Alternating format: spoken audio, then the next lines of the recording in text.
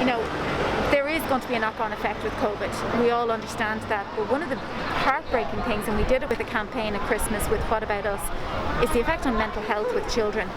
Our job is to create confidence in a child and to allow them, whether they go on and do this professionally or not, it is to make sure that they're confident going forward in their lives. We just feel left behind at this stage. We feel ready to do whatever the government asks us to do and to fall in line with whatever is asked of us. We feel quite sort of lost, I suppose, at this stage, and yeah, forgotten about is probably the best way to put it.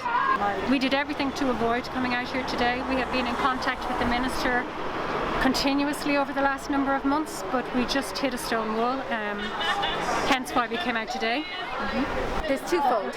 We need to get back into our classes for our students as well as ourselves. The students are really missing the performing arts, and a lot of these children are not sporty.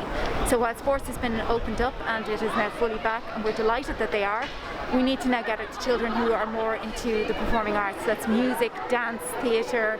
It's all of those areas that we need to get those back for them. And we're the education side, so we're there teaching these children. They're as young as 3 going up to late teens, sometimes adults. So it's that area that we're looking at. It comes down to so many different elements at this point, even for the friendship of the children that come to our classes, but for them to have their own self-expression, their creativity, to feel like they belong somewhere that isn't necessarily a standard classroom or a sports field. If they're allowed back into schools, we should be allowed to bring them back into the performing arts sector, and younger. I mean, from a very early age, we teach them to distance. So immediately they're brought into a class, their arms are put out straight, and that's the distance that they have for their spatial awareness, their space area, to keep it all safe for them.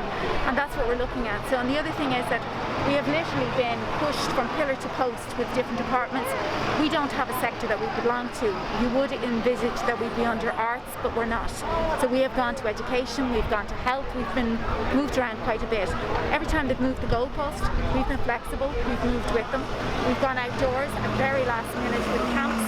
But now it's coming into the winter time. We're starting in September. You know, the rollout has to be effective. There needs to be a roadmap for us as well. As you can see from the passion of the people that are here today and the support that we have from the drivers by as well, it's just so important to get us back to work, back to what we love doing, and we're ready to do it. Just please let us know when we can.